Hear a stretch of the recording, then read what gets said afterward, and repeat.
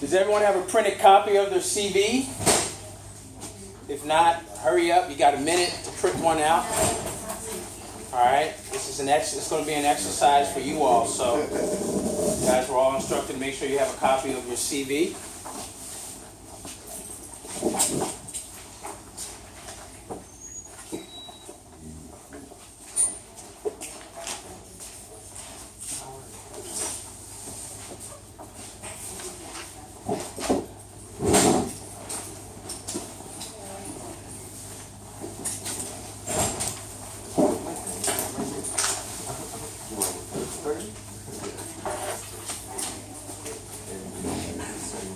So today's lecture is part of a seminar series that we put together for you all for professional development. It started out, I guess it was a couple weeks ago, when Dr. Studley was here from NYU. Last night, Lynn Cohen, no, not last night, I'm sorry, night before last, Tuesday night, Lynn Cohen was here from financial services company, and we've got some more of those types of people. Dr. Studley's coming back, and some other folks that are coming back to kind of help you guys with the practice management and personal development side of your careers. Okay, so this whole series is about you guys as new dentists. All right. There's a couple of components that you'll find, a couple of subject headings that are going to be consistent throughout the whole series. The first part is going to be about money and cash flow. It's going to also be talking about finances, your personal finances, financial management, insurance. We'll have some people come in and talk to you all about insurances, both for yourself, all right, personal liability insurance, but also disability insurance and why that's important to have yourself insured. Well, also there's going to be some components about social and mental health. All right, making sure that's in alignment, and some things professionally and personally, as far as how to make sure that you guys are staying on target with goals and milestones that you've set for yourself, but also the importance of getting enough sleep and eating right, and exercising, all those things that impact your day-to-day chair side and day-to-day professionalism. All right. But today we're going to concentrate on this area because it affects a lot of you all, kind of like where it hurts, so to speak, right? Deep in your pockets. Many of us have spent lots of money in student debt, and one of the biggest questions is, how am I going to pay off all this debt, or how am I going to be able to open up an office? Because that's my dream. So we're going to talk about that today, as it pertains to your CV and resume. All right. The initial title was targets and goals and affirmations, but I'm going to leave that for a separate lecture at another time, because I think this is really, really important for you all, because it impacts the money and the cash flow that you guys are going to be generating or need and want to generate. Okay, so we're going to talk about your CV and resume. Thank you for everybody for sending me your resume and also printing them out.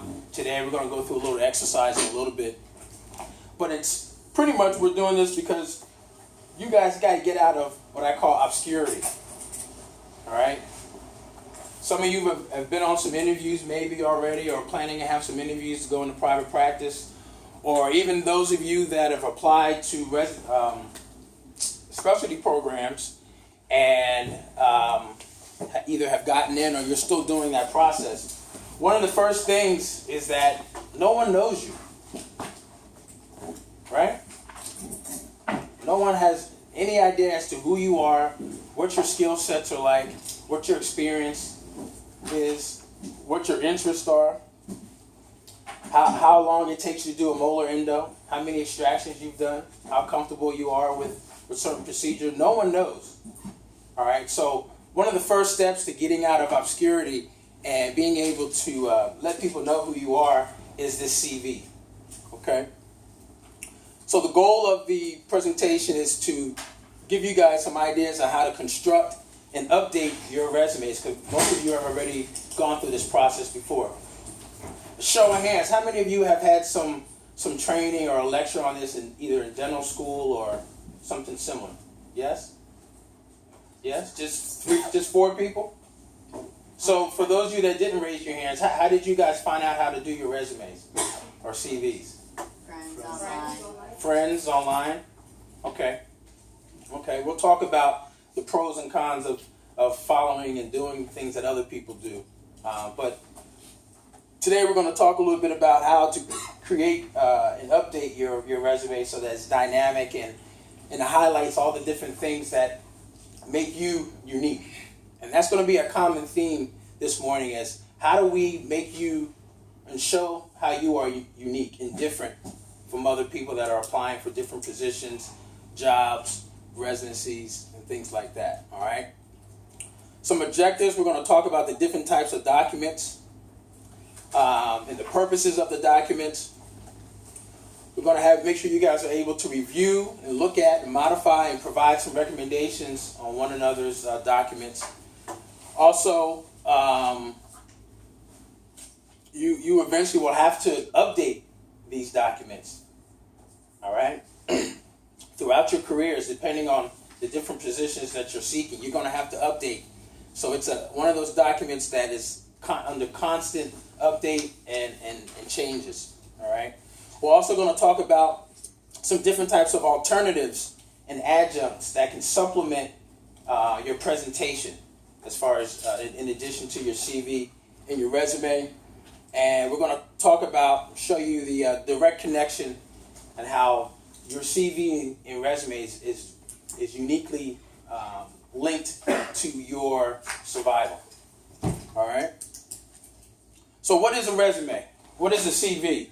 Anybody? Are they the same? Are they different?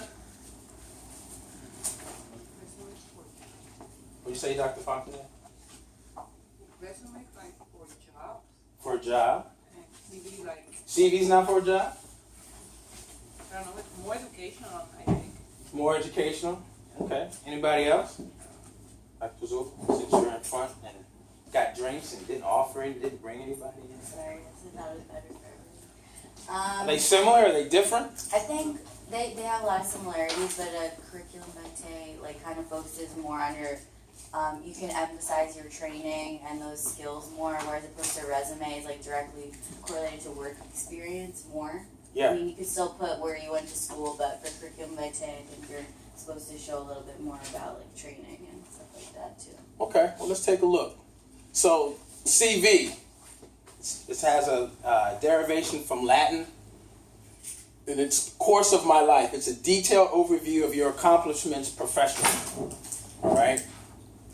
Like Dr. Fontenay said, it's linked to maybe more academia or medicine, but it's used to get jobs in academic dentistry or research, but not all the time. All right. Again, it's a living document because it's the course. It kind of represents everything that you've done in your professional career. And for those of us, or for those of you that have you're kind of new in your career, usually 2 or 3 pages is sufficient. All right, so that's CV. Next, resume has a French derivation meaning summary or to summarize. It's a concise introduction of your experiences and skills that relate specifically to the job that you're pursuing. All right. Altered to emphasize the areas of most relevant to your job, and that's key. That's a key point. Many a times you may have to update and move around certain parts of your resume or your CV to fit the particular job posting or opportunity that you're seeking. Usually 1 or 2 pages. Okay. Another important thing I wanted to mention is cover letter. Are you guys familiar with cover letters at all? Somewhat, yes. Those of you that are not, cover letter is probably like the segue into your resume. All right. It's typically similar to like a bio, and I highly recommend them if you're applying for a job. See something online and they give you a description of the job, and you've done some additional research. That's the information that you want to put in this cover letter. That's specifically to that job. All right, and lots of times it goes neglected in the sense that people just send their resume and that's it. All right. Again, you want to consider doing a cover letter. Yes, it takes time. Yes, it's another step, but it's very highly, highly recommended. Okay. And lots of times, employers will use it as a screening tool also. All right. But doing a cover letter, just like some of you put your hands up and some of you did not, shows that not everyone does them. So you want to find something that's going to help you stand out in front of everyone that's applying for the same position. So what purposes do all these things serve? What do you guys think? What's the bottom line purpose of doing a CV or doing a resume and doing a cover letter? What's the purpose? Finding a good job. Finding a good job. Yeah? Anything else? Representing yourself without like you physically being there. It's like trying to have your best representation. To represent yourself. Yep. To help keep a record of all the things that you're doing along the way. Yeah, it's a chronological record of all your accomplishments, your achievements, which sometimes you can use as a reference to maybe set more goals or targets for yourself. To be able to go back and reference what you've accomplished and reflect on what you want to do. So it's like a highlight of all your skills, your education, your experience, your interest. And it's a screening tool that the employers use. But also one of the main purposes is employment, right? You also will find for those of you that eventually go into creating your own practice or designing your own practice, loan companies look at CV and your resume also. Okay? So it highlights all these different things that you've accomplished. But also, one of the purposes is to get you out of obscurity. Again, people don't know who you are, don't know your background, don't know what you do, and I'm going to actually, when we do this exercise, we're going to show you a point that a common mistake that all of us always make with regards to resumes. All right, but obscurity is the state of being unknown, unimportant, or hidden. All right. So again, this is for us to make sure that people know who you are, know what your strengths are, and get those things in front of somebody ASAP.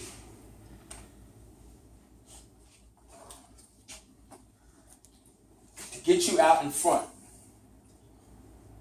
Just like when you guys applied for this position last year, there was about 135 people that applied for 28 spots. And somehow, some way, you guys got in front of that whole pack. All right? That's the same purpose of this resume, and that's the importance of it also. And I'll use resume and CV kind of interchangeably. And I don't have a copy of mine right now, but I kind of, over the years, I've kind of morphed mine to like a CV resume or a combination of it. Yeah, I got to figure out an acronym or a term for it. But another purpose is to get an interview, right? Before you get the job, you got to go on an interview, right? Dr. Osmond went on an interview yesterday, right? On that first one. Right. Dr. Fontanez went on an interview for an ortho position. Was that this week or last week? Last week, right? Somebody else has went on an interview too. But to get an interview, to get yourself in the door, of those people, of the 135 last year of your group that applied, I think we eventually only did maybe about 80 or 90 interviews. So everybody had a resume, just like you all did, but not everyone got an interview. So they couldn't go on to that next step. So that interview is important, okay? Because that's what we want to have. We want Dr. Trump to say, "You're hired," right? That's the purpose. I don't know if we want to work for him though, but especially not doing dentistry. So let's take a closer look into the resume and the contents of it and how it's constructed. An important takeaway. Who knows the answer to this question? Like 30? 30? Someone said 26? 10 seconds. 10 seconds? Anyone else? So I got 10, 26, 30, 15, 5, 4, 3, 2, 1. 10 seconds. 10 seconds. Huh? Yeah, but if you're looking at 130 CVs, after a while, they all look the same, right? Another reason why yours has got to stand out and pop. All right? Because it only takes 10 seconds for me to kind of look at your resume and find something that's interesting. So keep that in mind. All right? A couple of resources, some areas where you guys can look. Someone mentioned, they looked at their own friends' resumes and use that as a guide. One of the things that you all have that we didn't have 20 years ago is the resources on the internet, the stuff on the internet that'll help you guide you through this process. ASDA has a CV template that kind of helps. There's another corporation called ctcchicago.org. They have some very helpful tips regarding CVs and resumes. But let's do this. What we're going to do is look at a couple from some people here in the room here. All right. Yeah. Nice man.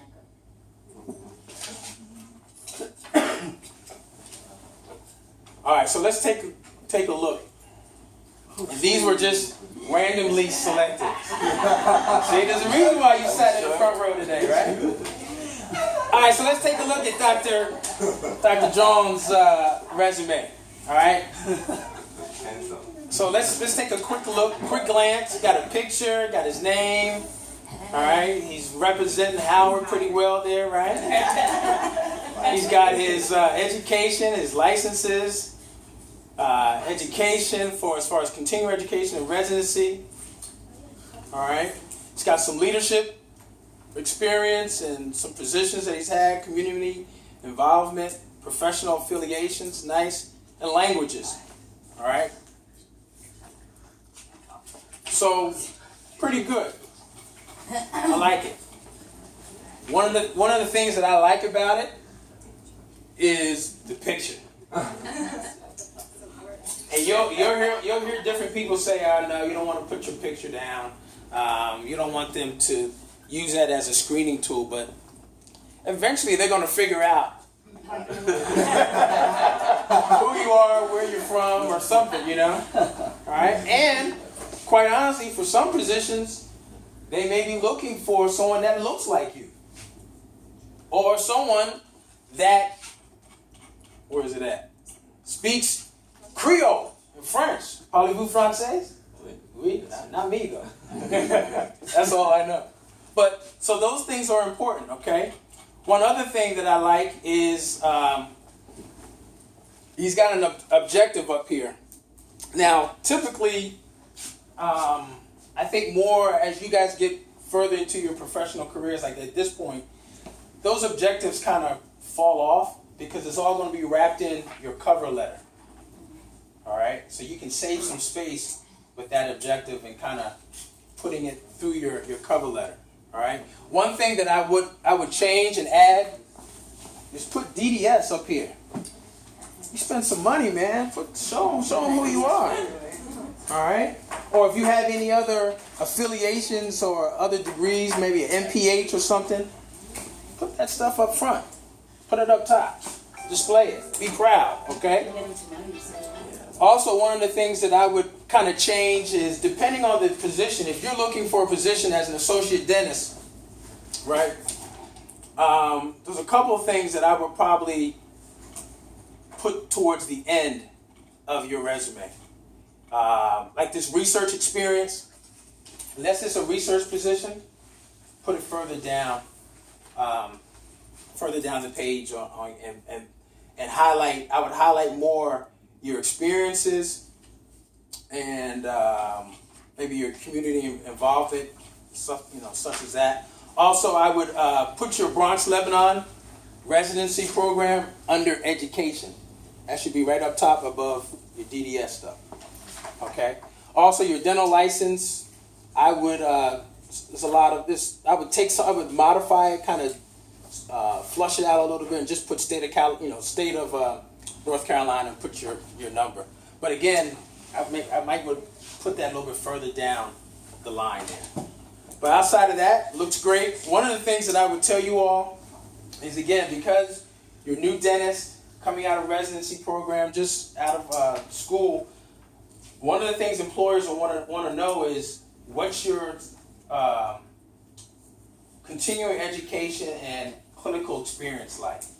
And sometimes you can show that on your resume and on your CV. All right? Let's take a look at another one. Let's go to Dr. Park. Another reason why you're in the front row, huh? All right, so here's Dr. Parks. All right. Education, he's got his honors and awards, leadership service, community service, research experience. All right. Got some CE courses and externships, work experience, teaching experience, publications, affiliations, hobbies, and speaks fluent Korean, and snowboarding, fishing, camping. So one thing I like about Dr. Parks is, with regards to hobbies, you want to show some personality in your resume. Something that's like not dental related. And this is a great way to do that as far as your hobbies. Cooking, crocheting in the back for Dr. Falahi, right? Snowboarding, fishing, camping, all those types of things. Show personality.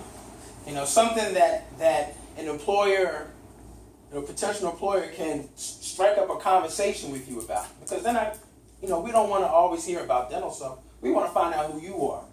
What's the last time you played the piano? What's your favorite score? Those types of things. Where did you go snowboarding last? Things that tell a little bit more about your personality. So that's a good touch. I like that. All right. Anything that you guys, I like how he's got his name up here, prominent. Same thing with you, man. Punch out that DDS. And that MS degree too. Punch it out. You spend a lot of time and money with regards to that. Yes. I think it's really impressive and comprehensive, but I feel like there's a little too many words that Yes. people and we just discussed that people take 10 seconds to look at it. So if this is at first glance, it's a little overwhelming. Yes. And I was always under the impression that, granted he had high GPAs, so that is beneficial to him, but now that we're professionals, I thought it was something maybe like passing the test, that's something that's kind of implied already. If you have your DDS, we know you passed your boards. Right. And stuff like that. So just making it more concise. Exactly. But it's, So great. Dr. Pizzolo brought up some great points that I wanted to touch upon. First glance, and again, I can do this for everybody's resume. We can set up some time to kind of go over lunch and stuff like that. But you're right. First glance, it's busy. It's busy.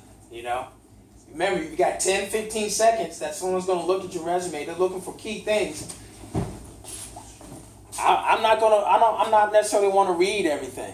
All right, but I know why he has this form or this version of his resume. All right. So you're right. The GPA and stuff like that. I think for this particular resume, this is more geared to. This is my CV because I'm applying to specialty programs, right? Because he's got his numbers up here.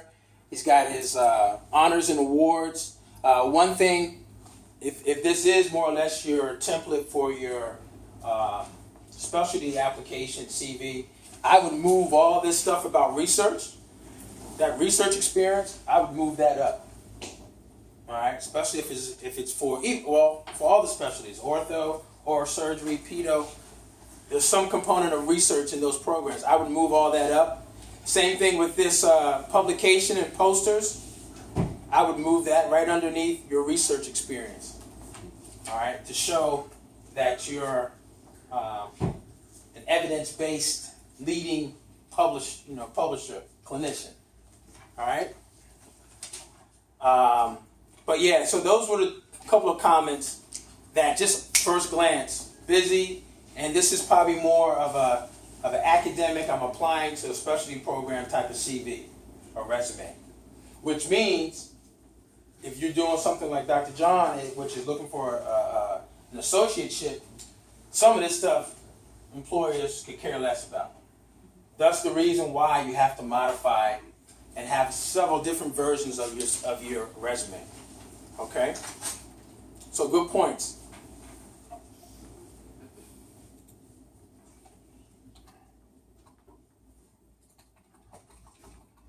Okay, so we're going to take a couple minutes here. Everybody's going to be late today, so I can tell you that right now. You're in charge. You guys, we've got to get here at 8 o'clock. 8:05 is the latest, because this is some key information that you guys have got to have, or got to be able to use, because it's dependent on your survival. So you got to get here earlier. All right, on time. I'm sorry, hold on. All right, so quick exercise. We're going to do a quick group exercise. For everyone that has their CV, I want you to pair it with somebody next to you or across from you. All right, and we're going to do a quick exercise. I want you guys to take 5 minutes, look over one another's CVs, and I want you to be able to, let's comment on the following. I want you to be looking for the following. Number one, what's the first impression? At first glance, the first 10 seconds, right? What's the first impression? How's it presented? The layout, the font, punctuation, and then content. Does the CV tell a story? Can you find something interesting about the person? Right? And the last question is, if you were an owner or a person that was looking to fill an appointment or position, would you hire the person? I'm sorry, not hire, but would you grant them an interview? Would you grant them an interview? All right, so let's take 5 minutes to kind of look over that and see what you guys think.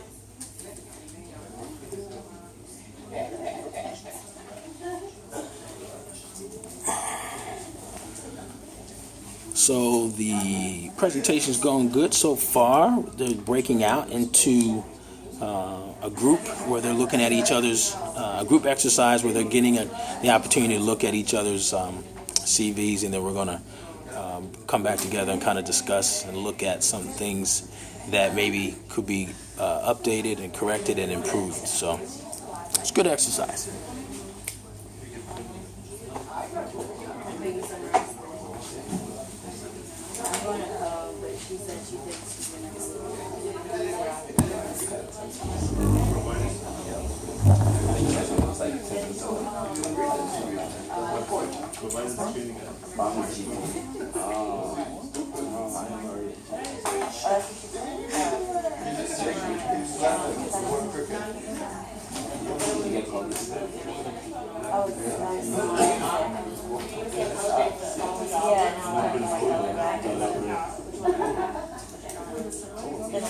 attendance there.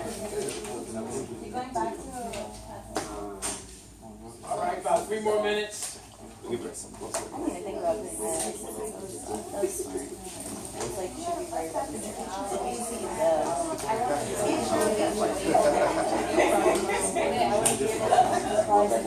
National step champion.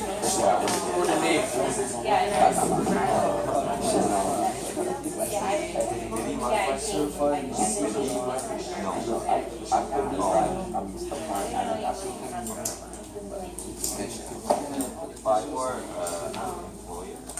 About 2 more minutes.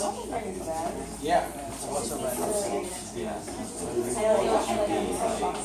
I don't know, I'm torn because I like university like, because it has so much space, but then it's like long because it has so much space, so you have to like,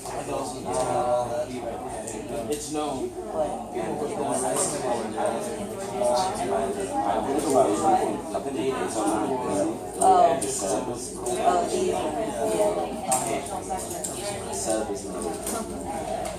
For you, I think if you're doing if this was for I was thinking about taking residency, it's almost Okay, 1 more minute. at this point, it's like 2007, so that's like, what, 9 years ago. All right, let's wrap it up. 30 seconds.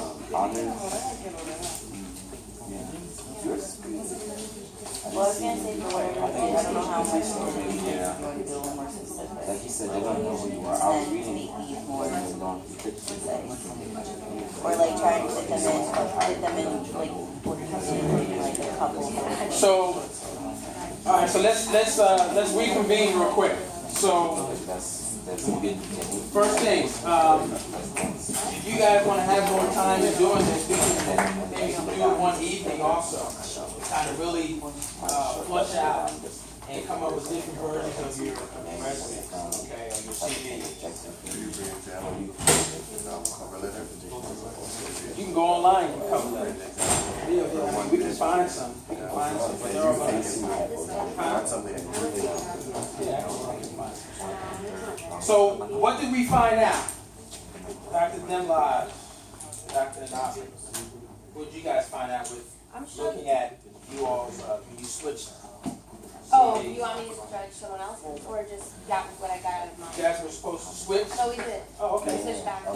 So what were some of the comments on yours that were helpful? So, I'm struggling a little with organization because now that I'm taking it away from specialty and more towards a job in GP, that I don't really know where to, like, I know I have to bump down like research, publications, presentations, but then it's just kind of confusing where to put employment experiences. I just